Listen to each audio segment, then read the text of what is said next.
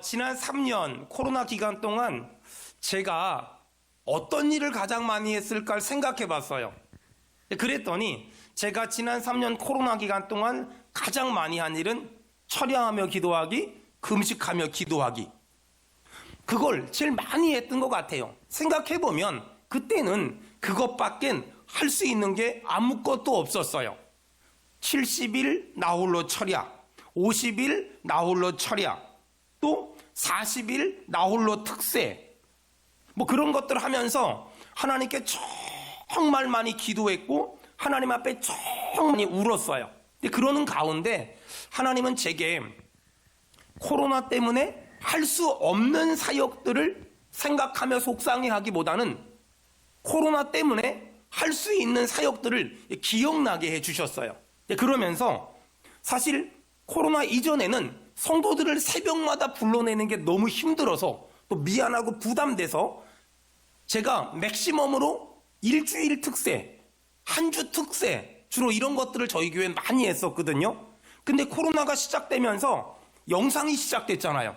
그러면서 하나님이 주신 담대함을 가지고 21일 특세, 40일 특세, 나홀로 70일 철야, 나홀로 50일 철야, 막 이런 것들을 계속해서 했던 것 같아요. 그 결과가 어떻게 됐냐? 하나님이 정말 많이 우리 교회에 축복을 주셨고 은혜를 주셨고 응답을 주셨고, 아마 코로나 기간 동안 우리 교회는 굉장히 많이, 다른 교회는 코로나 기간 동안 굉장히 많이 어떤 그 정체돼 있고 침체돼 있었다면 우리 교회는 코로나 기간 동안 한 100m 달리기 하는 사람처럼 사역했고 아마 앞장서 나가지 않았을까. 그래서 그 결과 우리 교회는 이 코로나가 끝나고 나서 더 본질이 강한 교회로, 그리고 더 부흥한 교회로 세워질 수 있었던 것 같아요. 생각해보면 지난 21년 동안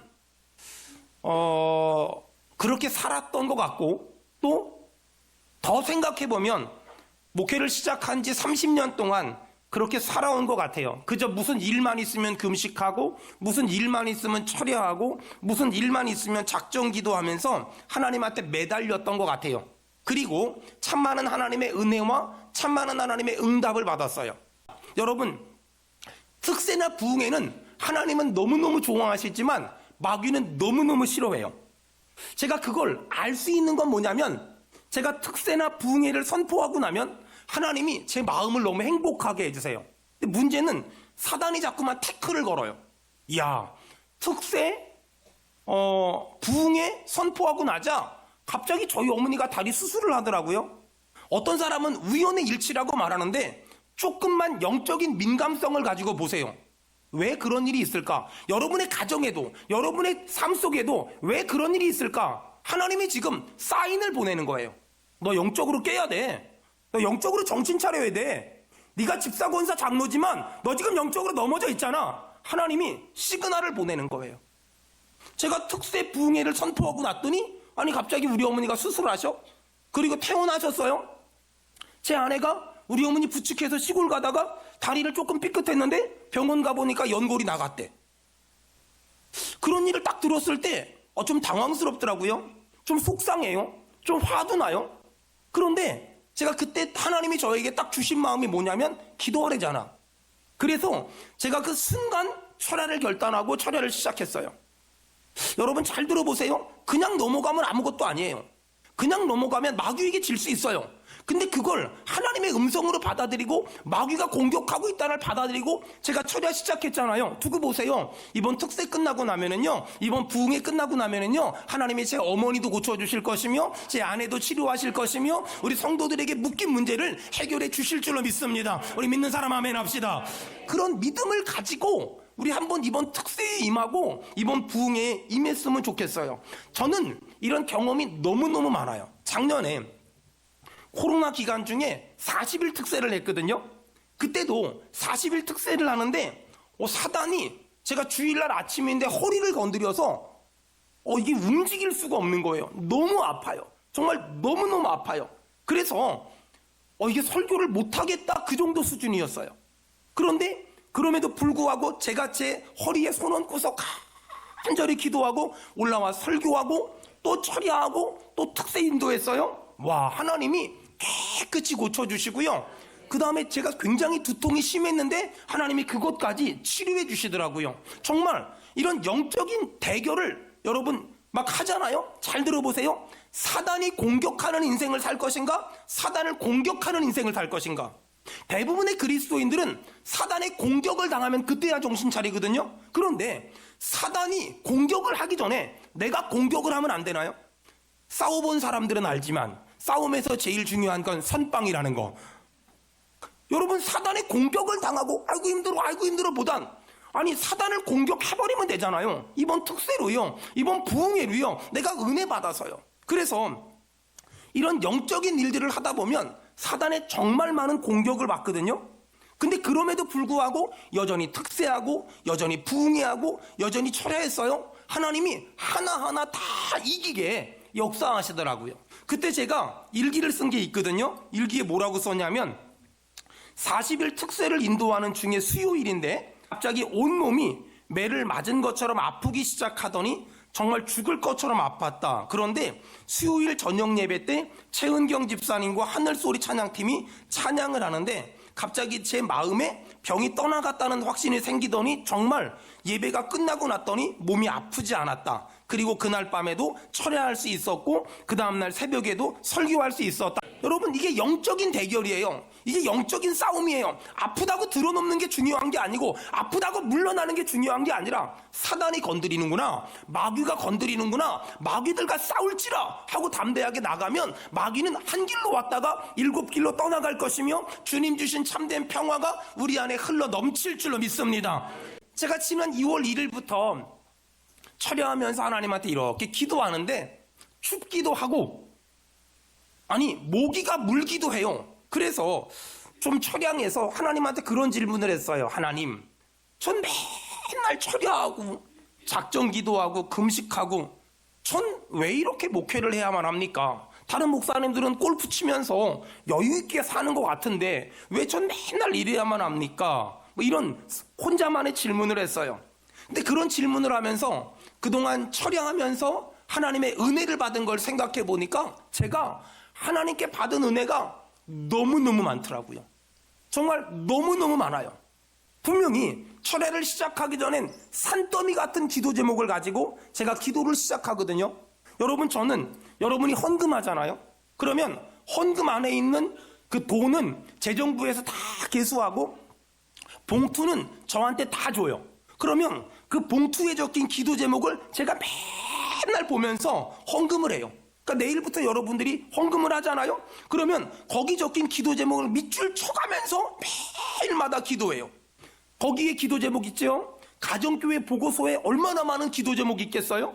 교회학교 보고서에 얼마나 많은 기도 제목이 있겠어요? 각 부서마다 얼마나 많은 기도 제목이 있겠어요? 그걸 앞에다 산더미처럼 쌓아놓고 막 기도하거든요. 근데 신기한 게 뭔지 아세요? 하나님은 제가 기도하면 기도할수록 제 기도에 응답해 주신 것들도 너무나 많지만 제가 기도가 끝나면 느껴지는 게 뭐냐면 하나님하고 친해졌다. 여러분, 영어로 인티머시라 그러는데 이 하나님과의 친밀감을 회복할 수 있었어요. 여러분, 이럴 때 있잖아요. 그랬는데 하나님이 너무 멀리 계신 것 같은 거야. 근데 어떨 때는요, 그랬는데 하나님이 옆에 계셔. 하나님이 나와 함께 계셔. 하나님이 나와 동행하셔. 요즘에 제 마음이 그래요. 기도할 때마다 하나님이 좀 멀리 계신 것이 아니라 너무 가까이 계신 것 같은 거예요. 여러분, 하나님이요, 여러분 저 별나라에 계신 것이 아니라 나와 동행하시는 그 하나님을 여러분 이번 특세하면서 이번 부흥회하면서 경험하게 되길 주의 이름으로 축원합니다. 저는 나와 함께 계시는 하나님, 나와 동행하신 하나님, 주가 나와 동행을 하면서 나의 친구 삼으셨네. 우리 서로, 여러분, 그런 나와 동행하시는 하나님, 나와 동행하시는 하나님. 그런 의미에서 저한테 기도가 뭘까 좀 생각해 보면은요, 여러분, 우리 교회에서 동사무소가 정말 가까워요. 한 1, 2분, 2, 3분. 제가 동사무소 갈 때는요, 인감증명서가 필요하거나 등본이 필요할 때 동네 아저씨 스타일로 아주 간편한 복장으로 슬리퍼를 질질 끌고 갑니다. 제가 다녀오는데 5분도 안 걸려요. 저에게 동사무소는 민원을 처리하기 위해서 아주 잠깐 들리는 곳이고, 민원을 처리할 일이 없으면 가까워도 거의 가지 않습니다. 만일 어떤 사람이 기도를 하나님한테 민원을 처리하는 것처럼 생각한다면 그 사람의 기도는 짧을 수밖에 없어요. 그런 사람들은 절대로 기도를 오래 못해요. 그런 사람들이 주로 하는 말이 뭐냐면, 나 오늘 10분이나 기도했어, 나 오늘 20분이나 기도했어 라고 말해요. 여러분, 대부분 사람들은 인간의 힘으로 해결할 수 없는 수많은 문제를 가지고 있어요. 근데 문제는 뭐냐면, 인간의 힘으로 해결할 수 없는 수많은 문제를 가지고 있음에도 불구하고 실제로 하나님한테 기도하려면 5분 이상 할 게 없어요. 하나님 병 고쳐줘요, 끝. 하나님 집 좀 줘요, 끝. 하나님 차 좀 줘요, 끝. 하나님 내 아들 속세교 해결해 주세요, 끝.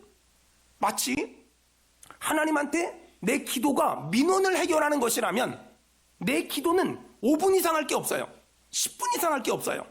자, 그렇다면 저에게 있어 기도는 뭘까? 첫 번째, 저에게 기도는요, 그냥 쉬는 시간이에요.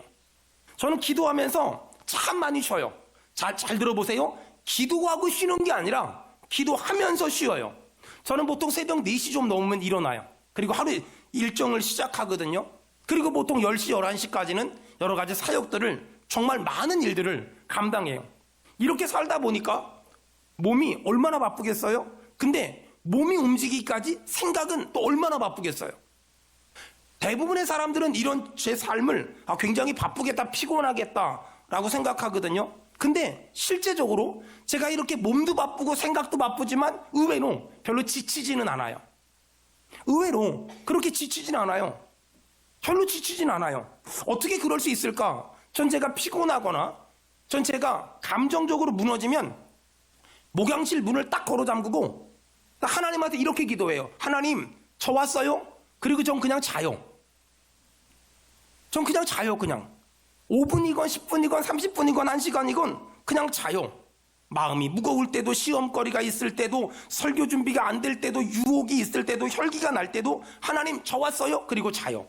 특별히 저는 어디서 잘 자냐면요, 본당 장의자에서 잠을 정말 잘 자요. 본당 장의자에서. 사람들은 생각하기를 본당 장의자에서 자면 불편할 것 같잖아요. 근데 정말 잠을 자본 사람들은 알아요. 아마 학생 때, 청년 때부터, 어릴 적부터 교회를 다녀본 사람들은 그런 경험 있을걸요. 시골교회 장의자에서 양쪽으로 딱 붙여놓고 잠자면 떨어지지도 않아요. 저는 본당 장의자에서 잠 잘 자거든요. 잠자다 말고 기도하고, 기도하다 말고 잠자고. 신기한 건 불편할 것 같은데 안 불편해요. 불면증이 있거나 잠이 안 오시는 분들은 교회 장의자에서 잠을 자면 정말 하나님이 이렇게 만져주세요. 잘 왔다. 내 집에 잘 왔다. 너 거기서 기도하다가 자거라. 그 다음날 아침에 일어나잖아요. 정말 안 피곤해요. 이게 정말 믿어지지 않는 분들은 오늘 밤에 와서 잠을 잡아요. 그러면 정말 하나님의 만져주심과 하나님의 안아주심과 하나님의 감싸주심을 경험하게 될 거예요. 저는 이번 촬영하면서 며칠을 본당에서 그 담요 가지고 와가지고 기도하다 잠자고, 잠자다 기도하고 했거든요. 안 힘들어요. 하나님이 제 영혼이 살아나는 게 느껴지고, 하나님이 안아주시고 감싸주시고 보듬어 주시는 게 느껴져요. 여러분, 기도를 일로 생각하는 사람은 기도하고 쉴 생각을 해요. 근데 기도하는 시간을 쉬는 시간으로 생각하면 교회 가서 기도하면서 쉬어야지, 이런 생각으로 기도해요. 저는 기도를 일로 생각하는 게 아니라, 기도하고 쉬어야지가 아니라 기도하면서 쉬어야지, 이렇게 기도하면서 쉬어요.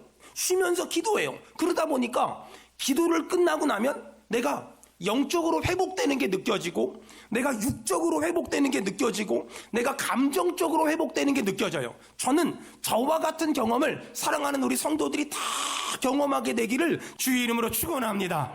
자, 두 번째, 저에게 기도 시간은 하나님하고 데이트하는 시간이에요. 여러분, 사랑하는 사람과 데이트를 하면 더 피곤하세요? 아니면 피곤이 풀리세요? 분위기상 보니까 다 중매 결혼한 것 같아요. 사랑하는 사람과 데이트를 하면 피곤이 풀리지, 피곤이 쌓이지 않아요. 만약에 우리 찬미가 지금 연애를 하고 올 연말에 결혼할 예정인데 내 남자친구랑 데이트를 했는데 피곤해. 그러면 그 상태가 심각한 거예요. 그러면 헤어질 생각을 하면 안 되고 절 찾아와야 돼요. 근데 사랑하는 사람과 연애를 하면 피곤이 풀려요. 피곤이 풀린다니까는요. 여러분, 기도는 뭐냐면은요, 하나님하고 연애하는 거예요. 하나님은 우리와 연애하고 싶어서 불러요. 막 불러. 근데 문제는 뭐냐면 사람들이 좋은 말 할 때는 안 나와요. 좋은 말 할 때는 안 나와. 그러니까 하나님이 이런 일들을, 저런 일들을 우리의 삶에 툭 던져줘요. 그러면서 너 나한테 좀 나와봐. 너 나한테 좀 나와봐. 여러분, 요즘에 하나님이 여러분의 삶에 어떤 문제를 툭 던져주지 않았습니까? 그건 내가 미워서 던져주는 것이 아니야. 그걸 보고 깨달아야 돼요. 하나님이 나 보고 싶대. 옆 사람 얼굴 보고 하나님이 많이 보고 싶대요. 시작. 하나님이 얼마나 보고 싶으면 담임 목사에게 감동을 줘서 특세를 하라고 말하겠어요. 하나님이 얼마나 우리가 보고 싶으면 하나님이 그런 짓을 하겠어요. 그러니까 하나님이 이런 일을 주고 저런 일을 주면서, 야, 내가 너 보고 싶다, 좀 나와라. 내가 너 보고 싶다, 좀 나와라. 마치 뭐하고 똑같냐면 우리 어머니가 제가 보고 싶잖아요. 그러면 전화해요. 고구마 캐놨다, 감자 캐놨다, 김치 담가놨다, 제발 좀 와서 가져가라. 김장을 하라는 것도 아니고 와서 가져가라는 것도 안 가져가니 이놈아, 이러면서 오라 그래요. 그럼 저는 가가지고 우리 어머니랑 커피 한 잔 딱 마시고 엄마 굿바이 하고 와요. 그럼 우리 어머니가 아휴, 저놈의 승질머리 조금만 더 앉아있지. 그리고 또 가요. 우리 어머니가 고구마 가지러 오라는 게 아니에요. 감자 가지러 오라는 게 아니에요. 김치 가지러 오라는 게 아니에요. 아들 보고 싶다는 거잖아요. 아들 보고 싶다고. 하나님이 지금 우리에게 지금 뭔가를 툭 던져놓고 지금 우리한테 내가 너 보고 싶어. 내가 네가 보고 싶어. 내가 네가 많이 보고 싶어. 수요 예배 좀 나오면 안 돼? 금요 예배 좀 나오면 안 돼? 새벽 예배 좀 나오면 안 돼? 라고 하나님이 지금 우리한테 지금 보고 싶다고 사인을 주는 거예요. 근데 우리 뭐라 그래요? 하나님 피곤해요.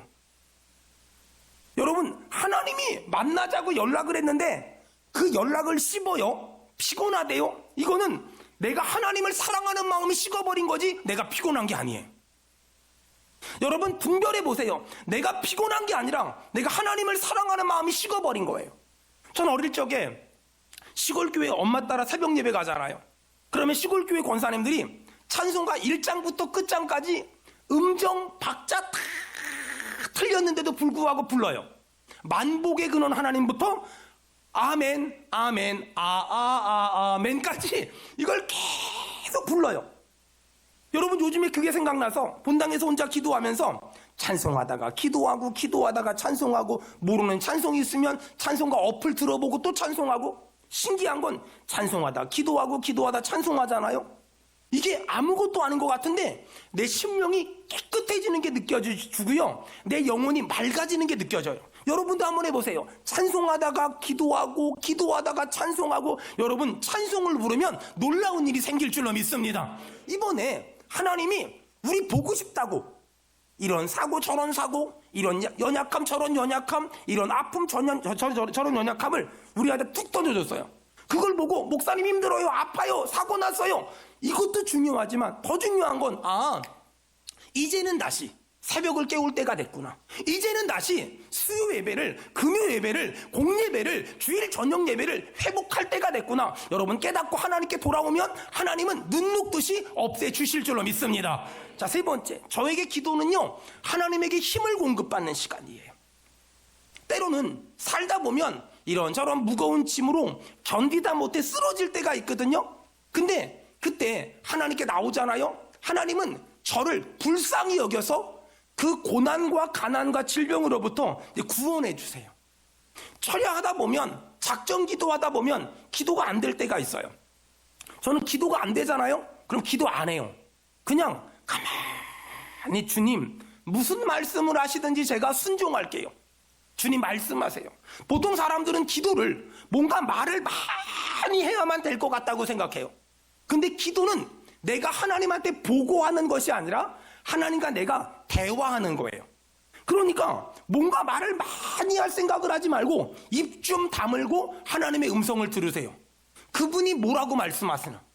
여러분, 신학자들이 기도의 가장 대표가 무엇입니까? 뭐라고 말하는 줄 아세요? 창세기 22장을 기도의 가장 성경적인 모델이라고 말해요. 근데 사실 우리가 창세기 22장을 읽었지만 아무리 읽어봐도 아브라함이 기도한 내용이 나오나 그런 게 전혀 와요. 근데 성경신학자들은 기도의 가장 대표적인 모델이 이 창세기 22장이다 라고 얘기해요. 창세기 22장은 어떤 내용이냐면 하나님이 아브라함에게 몇 살에 얻은 아들 이삭이죠? 100살에 얻은 아들 이삭을 번제물로 바쳐라 이렇게 명령했고 아브라함이 즉시 순종했어요. 즉시 아브라함은 하나님의 명령을 받은 그 다음날 아침 일찍 일어나서 아들 이삭을 데리고 모리아산에 갔어요.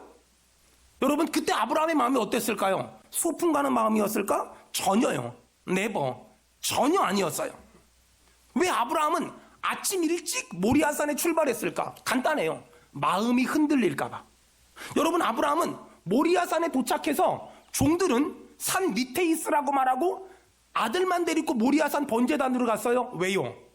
종들이 같이 가면 아브라함이 아들 이삭을 번제물로 바치기 위해 칼로 죽이려고 할 때 방해할까 봐. 여러분 이렇게 아브라함은 하나님의 명령에 순종하기 위해서 정말 발버둥을 쳤고 몸부림을 쳤어요. 아니 어떻게 아버지가 그럴 수 있어요? 어떻게 100살에 얻은 아들 이삭을 번제물로 바칠 수 있어요? 어떻게 그런 학생의 신분, 청년의 신분의 아들을 나이 많은 아버지가 번제물로 바칠 수 있었겠어요? 여러분 어떻게 그럴 수 있었을까요?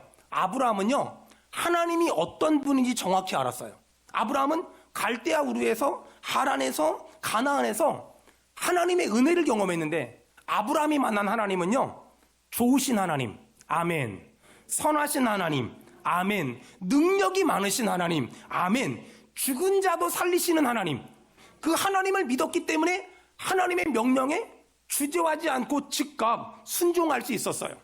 아브라함은 100년이란 기간 동안 하나님을 경험하면서 깨달은 게 있었어요. 하나님이 명령하시면 순종하는 것 이외엔 답이 없다. 하나님이 말씀하시면 순종이란 답 외엔 그 어떤 것도 답이 될 수 없다.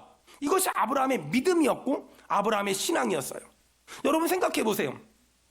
아브라함은 얼마나 아들 이삭을 살리고 싶었을까요? 아브라함은 얼마나 하나님한테 하고 싶은 말이 많았을까요? 왜 이러세요? 도대체 왜 나한테 이러세요? 얼마나 하고 싶은 말이 많았을까요? 하지만 아브라함은 한마디도 하나님에게 말대꾸하지 않았고 한마디도 하나님한테 변명하지 않았어요. 그런 아브라함을 하나님은 알고 계셨고 그런 아브라함의 행동도 하나님 다 알고 있었어요. 정말 아브라함은 하고 싶은 말이 너무 많았을 것 같아요. 왜 이러시냐고, 왜 비상식적이고 몰상식적인 요구를 지금 나에게 하시냐고. 하나님은 그런 아브라함의 마음도 알고 있었고 아브라함이 할 말이 많음에도 불구하고 아무 소리도 안 하는 그 아브라함의 마음도 알았을 거예요. 하나님은 심지어 아브라함이 칼을 들고 아들 이삭을 죽이려고 할 때 그 모습도 보고 계셨어요. 여러분 왜 신학자들은, 왜 성경학자들은 아브라함이 하나님의 명령에 즉각 순종한 이 창세기 22장을 기도의 모범이라고, 기도의 모델이라고 말할까? 이 성경에는 아브라함이 기도한 내용이 보이질 않아요. 아브라함이 기도한 내용이 나타나질 않아요. 근데 왜 성경학자들은 이 창세기 22장을 기도의 모델이라고 말할까? 기도에서 제일 중요한 건 뭐라고 기도하는 게 아니에요. 기도에서 제일 중요한 건 태도나 자세가 아니에요. 기도에서 제일 중요한 건 하나님이 무슨 말씀을 하셔도 순종하는 거야.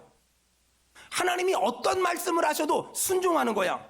이것이 기도의 모델이며 이것이 기도의 핵심이기 때문에 수많은 성경학자들은 창세기 22장을 기도의 모델로 이야기하는 거예요. 여러분 이렇게 아브라함이 하나님의 명령에 순종했어요. 모리아산 중턱에 가서 이삭을 죽이려고 해요. 칼을 들었어요. 그리고 죽이려고 해요. 그때 하나님 뭐라 그런지 아세요? 하나님이 다급하게 아브라함을 불러요. 아브라함아, 아브라함아. 창세기 22장에 나오는 얘기예요. 아브라함아, 아브라함아 2번 불러요. 이게 무슨 말일까요? 하나님이 급해진 거예요. 여러분 잘 들어보세요. 내가 급하다고 해결되는 거 아무것도 없어요. 그런데 내가 기도하면 하나님이 급해지시고 하나님이 급해지시면 하나님이 일하실 줄 믿습니다. 신앙이란 뭐냐면 내가 급한 게 아니에요. 내가 급한 게 아니에요. 신앙이란 뭐냐면 내가 급한 게 아니라 하나님이 급하셔야 돼요. 하나님이 급해야 돼요. 하나님이 안달복 달라야 돼요. 아브라함이 아들을 죽이려고 하니까 아브라함아 하지마. 하나님이 급해진 거예요. 그러면서 하나님 뭐라 그래요? 내가 이제야 하나님을 경외하는 줄 내가 알았노라 라고 말씀하세요. 여러분, 아브라함의 생각과 하나님의 생각이 달랐어요. 아브라함은 아들 죽이고 싶지 않았어요. 근데 하나님은 번제물로 바치래요. 내 생각과 하나님의 생각이 다를 때 여러분, 내 생각을 한번 내려놔 보세요. 내 고집을 꺾어 보세요. 내 이론과 내 강력을 파해 보세요. 그리고 하나님의 생각을 붙잡고 아브라함처럼 무모하게, 아브라함처럼 미련하게 순종해 보세요. 그런 사람에게 하나님이 어떤 복을 줘요? 여호와 이레. 여러분, 만약에 이번 특세와 부흥회 때 하나님에게 은혜와 응답을 받거든, 그래서 사업을 시작하거든, 이레라고. 그리고 자식을 낳거든, 그 태명을 이레라고 한번 주어보세요. 하나님이 정말 우리 성도들에게 아브라함 같은 순종을 결단함으로 말미암아 여호와 이레의 은혜와 응답을 받게 되길 주의 이름으로 축원합니다. 여러분, 이번에 해보세요. 내가 13번 한 번도 안 빠질 거야. 그리고 그 13번 동안 하나님께 감사헌금 드릴 거야. 그리고 13번 중에 하나님이 어떤 마음의 감동을 주시든 내가 한번 그대로 해볼 거야. 그 사람에게 여호와 이레의 은혜가, 여호와 이레의 축복이, 여호와 이레의 응답이 있을 줄로 믿습니다. 여러분, 우리의 문제가 뭘까요? 우리의 문제는 뭐냐면 하나님이 무슨 말씀을 하시든 순종하겠습니다, 그런 결단을 하고 하나님의 음성을 들으려고 하는 것이 아니라, 하나님 일단 얘기해봐요. 들을 수 있으면 듣고 들을 수 없으면 못 들어요. 여러분, 하나님은 돼지에게 진주 목걸이를 걸지 않아요. 하나님은 절대 돼지한테 진주 목걸이를 걸지 않아요. 하나님은 절대 들을까 말까를 고민하는 사람에게 말하지 않아요. 하나님 무슨 말씀을 하시든 순종할게요. 하나님 무슨 말씀을 하시든 내가 반응할게요. 어떤 사람이 하나님의 은혜를 경험할까, 응답을 경험할까, 여호와 이레의 축복을 경험할까? 온전한 순종을 결단한 사람. 아브라함처럼 무슨 말씀을 하시든 아멘, 어떤 말씀을 하시든 아멘. 그 사람에게 하나님은 말씀하시고 거기에 반응하는 사람에게 하나님은 여호와 이레의 은혜를 주시겠다고 오늘 약속하시는 거예요. 여러분, 제가 신학생 때 교회들마다 꼭 초청하고 싶은 그 강사가 있었어요. 원종수 권사님. 미국 디트로이트의 그 암 전문이셨죠. 지금은 몰라요. 근데 그 권사님이 자기 책에 어머니 얘기를 해놨어요. 그 어머니 권사님은 무슨 일이 있을 때마다 그 무슨 일을 빨리 해결하려고 하지 않고 그 무슨 일이 있을 때마다 먼저 전도를 나가셨대요. 그리고 전도를 한 바퀴 한 다음에 돌아오셔서 하나님한테 그 문제를 놓고 기도하셨대요. 그러면 하나님은 지혜를 주시고 지식을 주시고 응답을 주셨대요. 여러분, 어떤 일이 있을 때마다 어머니 권사님은 밖에 나가 전도하면서 기도했대요. 하나님 어떻게 할까요? 하나님 어떻게 할까요? 하나님 어떻게 할까요? 그렇게 전도지를 나누고 전도지를 꽂고 다니면서 전도하고 나서 그 일에 딱 맞닥뜨리면 하나님이 주신 지혜로 평안하게 넘어갈 수 있었고, 하나님이 주신 지혜로 넉넉히 넘어갈 수 있었대요. 여러분, 원종수 권사님 어머니가 늘 아들에게 해주셨던 말이 있어요. 아들, 주님이 무슨 말씀을 하시든 절대 거절하지 마. 주님이 무슨 말씀을 하시든 꼭 순종해야 돼. 몰라서 못하는 순종은 있을 수 있지만 아는데 순종을 미루는 어리석은 짓은 절대 하지 마. 지금 네가 이만큼 된 건 순종에 대한 결과야. 순종해서 잘 되는 건 잘 되는 것이고 순종했는데 안 되는 것도 잘 되는 거야. 그러니 순종했는데 안 되는 걸 가지고 불평하지 말고 결국은 잘 될 걸 믿고 의심하지 마. 전 이 믿음 가지고 살길 축원합니다. 이것이 그리스도인의 믿음의 인생이라는 거예요. 얼마 전에 우리 교회 집사님 저한테 물어봐요. 목사님, 너무너무 첫사랑을 회복하고 싶은데 첫사랑이 회복이 안 돼요. 어떻게 하면 좋을까요? 아마 여기도 그런 분들 계실지 몰라요. 여러분, 근데 한번 생각해봐요. 첫사랑이 너무너무 회복하고 싶은데 도대체가 첫사랑이 회복이 안 돼요. 하나님 탓일까요? 내 탓일까요? 여러분, 솔직하게 얘기합시다. 첫사랑을 회복하지 못하는 게 하나님 탓일까요? 저는 아니라고 생각합니다. 내 탓이라고 생각합니다. 하나님이 무슨 말씀을 하셔도 순종할 마음이 없잖아. 순종할 결단이 없잖아. 그죠? 내 뜻대로 내 마음대로 되기만을 원하잖아요. 아까 말했잖아요. 하나님은 돼지 목에 진주 목걸이 안 매달아요. 여러분, 첫사랑이 회복이 안 되는 이유는 하나님이 안 줘서가 아니라 내가 안 받아서 그런 거예요. 아니, 내가 순종할 마음이 없잖아요. 순종할 결단이 없잖아요. 주님 말씀하시면 다 할게요. 주님 말씀하시면 뭐든지 할게요. 이런 거 없잖아요. 주님 일단 말해봐요. 마음에 들면 듣고 마음에 안 들면 안 들 테니까. 여러분, 하나님은 그런 사람에게 절대 말씀하지 않아요. 여러분, 왜 신학자들이 창세기 22장을 기도의 모델이라고 말했을까? 아브라함의 순종. 100살에 얻은 아들 이삭을 바치라는데 누가 순종해요? 근데 아브라함이 순종했어요? 여러분, 기도의 핵심은 뭔지 아세요?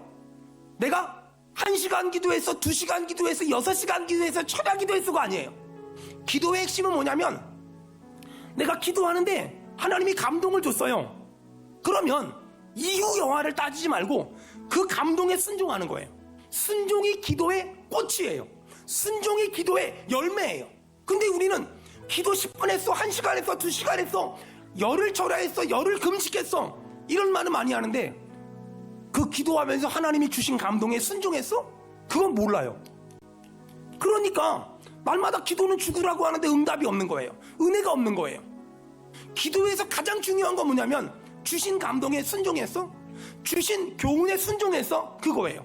여러분 잘 들으세요. 순종하면 나는 지고 하나님은 이기는 게 아니라 순종하면 나도 이기고 하나님도 이기실 줄로 믿습니다. 제가 얼마 전에 인천에 그 집회를 갔는데 목사님하고 이런저런 얘기하다가 목사님한테 여쭤봤어요. 목사님은 목회 비전이 뭐예요?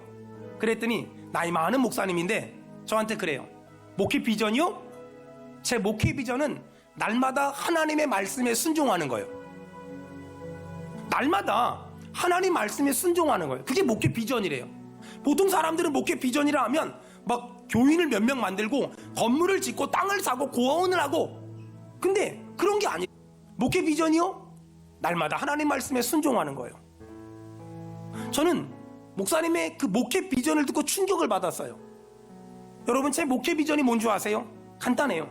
날마다 하나님 말씀하시면 순종하는 거예요. 날마다 하나님 말씀하시면 순종하는 거예요. 여러분, 일 잘하려고 하지 마세요. 사역 잘하려고 하지 마세요. 하나님은 우리를 일하라고 부르지 않았어요. 하나님은 우리를 일을 잘하라고 부른 게 아니라 잘 살라고 불렀어요. 그렇다면 우리가 해야 될 일이 뭘까? 이제는 주님이 무슨 말씀을 하시든 들어보고 순종하지 말고 주님이 무슨 말씀을 하시든 그대로 살아보는 거예요.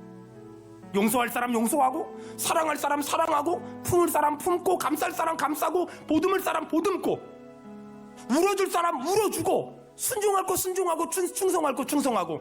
여러분, 두 주먹 불 끈지고 한 번만 쭉 간절히 외친 다음에 기도할 때 하나님 간절히 비옵나니, 내가 주님 말씀하시는 그 말씀에 반역하고 배반하고 배신하고 변명하고 핑계하지 말게 하시고, 이제는 주님 말씀하시면 아브라함처럼 순종할 수 있는, 하나님 아브라함처럼 반응할 수 있는 아브라함과 같은 믿음을 주시며 아브라함과 같은 신앙을 주시며 아브라함처럼 하나님을 경외하는 사람이라고 인정받게 하시며 여호와의 일의 은혜를 하나님 경험하게 도와달라고 우리 한번 주여 한번 외친 다음에 이분과 한번 기도합니다. 주여.